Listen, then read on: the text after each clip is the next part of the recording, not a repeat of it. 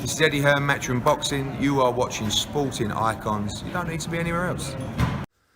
Okay, so when it comes to Fabio Wardley versus Frazer Clarke for the British heavyweight title, obviously I did like my initial reaction for that fight, which of course I like that fight.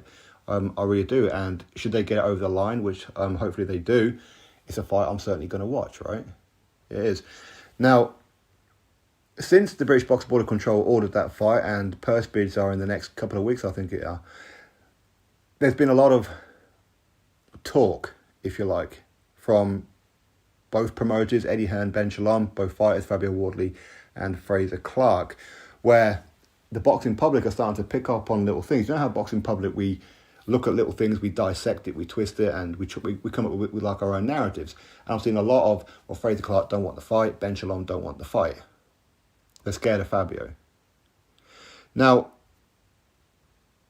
as much as Frazer Clarke can say, I want the fight, and he has been saying that. So when it comes to this particular fight, they have to go through with it now, because he said he wants to fight, and if he can't be a Fabio Wardley, then he's not as good as what he thinks he is. These are his words.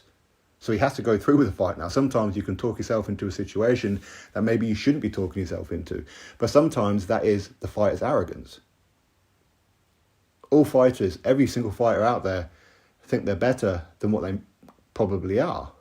They do. That's just the fighter's arrogance. I'm not saying specifically about Frazer, I'm saying all fighters. But when boxing fans hear how Ben Shalom is saying, well, you know, Frazer Clarke fighting Fabio for the British title, or Frazer fighting for the British title in general, will be when Frazer's ready, when it's the right time. People have taken that as, well, Ben Shalom don't want the fight. Ben Shalom doesn't believe in Frazer Clarke, as much as Frazer Clarke is saying, I want the fight, right? But you have to look at it from a boxing business standpoint. I know a lot of people don't care about that, but ultimately, these are the kind of things that will make or break fights. They are. And ultimately, Frazer Clarke, he is the fighter, boxer, Sky Sports, if you like, work for Frazer. They do. If Frazer says, no, I'm definitely fighting him, then guess what's going to happen? He's definitely going to be fighting him because it's been ordered. But if you look at it from boxer and Sky Sports perspective, they spent a lot of money on these Olympians. A lot of money. Frazer Clarke also would have got a lot of money. How much? I don't know. But they've invested in him, and they are investing in him to hopefully one day reach his potential. Maybe one day be a headliner himself. One day maybe be a pay-per-view fighter. That's the hope. That's why they've done it. So him fighting in, half a dozen fights for the British heavyweight title against Fabio Wardley can be damaging if Frazer Clarke loses. Now, I'm not saying that Ben Shalom or Sky believe that he's going to lose. Not at all. Of course, they're going to believe in their guy. They are going to believe in their guy. But there's a risk-reward to it. If he loses to Fabio, while for boxing fans like me, and of course many of you as well, it's okay for a fighter to lose. It's okay. It's supposed to happen. Okay? If you go through your career undefeated, you're probably not testing yourself. That's the reality of it. But at this stage, there'd be so many boxing fans who will take up on social media if Frazer Clarke was to lose to Fabio Wardley. He's lost to a white-collar fighter. He's supposed to be an Olympian. A white-collar fighter beat an Olympian. Frazer Clarke is overhyped. He got into boxing too late as a professional game, and they spent too much money on him. They will go in on him to the point where it's going to be hard to market Frazer Clarke. It's going to be very, very hard for boxing and Sky Sports to market him. Now, I don't know what kind of deal he has. Is it a annual deal? Is it a X amount of fights kind of deal? I don't know. But if he's still got a few fights left, what are they going to do? They've got this contract with Frazer where they're having to pay him a lot of money, even if he loses to Fabio.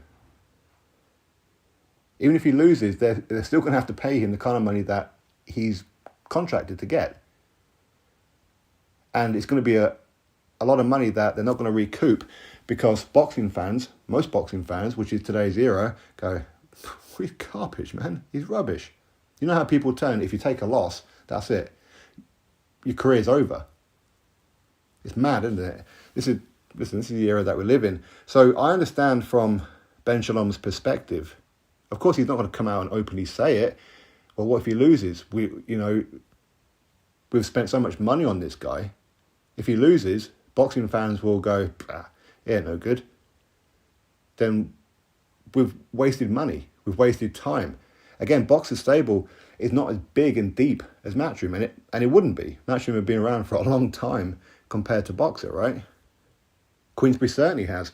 So they can't really afford for a Frazer Clarke to be losing. But there is a flip side to that. What if he beats Fabio? What if he becomes the British heavyweight champion? That boosts his profile. And for him to defeat a Fabio Wardley is a very big name now, and he's ranked very highly in a couple of the sanctioned bodies, such as the WBA, for example, right? If he beats Fabio Wardley, his profile goes up. Then he's much more marketable than what he currently is right now. They've probably been going ahead of schedule. So you do have to weigh it up. If he wins, brilliant. We're ahead of schedule. If he loses, well, we're stuck with this bill. As much as we like Frazer, as much as we do believe in him and whatever else, boxing fans are just not interested. But we've still got to pay this guy. What do we do with him? Because if you lose to Fabio Wardley, where does he go? Fight TKV? Fight Stephen Robinson? Fight a David Adelaide? These are not the kind of fights that they will be looking at for Frazer Clarke by, say, December time. Ideally for them, they're going to be looking at December time, maybe British title, and then going into next year, European title, finish up by the end of next year, being ranked very highly and calling out whoever the world champions are. That's probably what the plan is. But you lose to Fabio, you go all the way back to square one with a reputation of this Olympian lost to a white collar fighter. That's how boxing fans will be. They are. I won't be that way. A lot of you won't be that way. But a lot of people will be. He's a hype job. He's no good. Blah, blah, blah. Sky Sports, they announce a show. Frazer Clarke's on it. Oh, God. There he is. The Olympian. He's Audie Harrison 2.0. You know how people are going to be. So I understand the perspective from Ben Shalom. The hesitation, if you like. Eddie Hearn, Matchroom, they can afford Fabio to lose. They can. Now, Eddie Hearn can look at Portman Road at Ipswich, the Ipswich Town Football Club, to potentially put that fight on, but are they going to win the purse bid? Matchroom are not exactly prolific for winning purse bids, are they? Let's see. Drop your thoughts below, click thumbs up, subscribe. Catch you next video.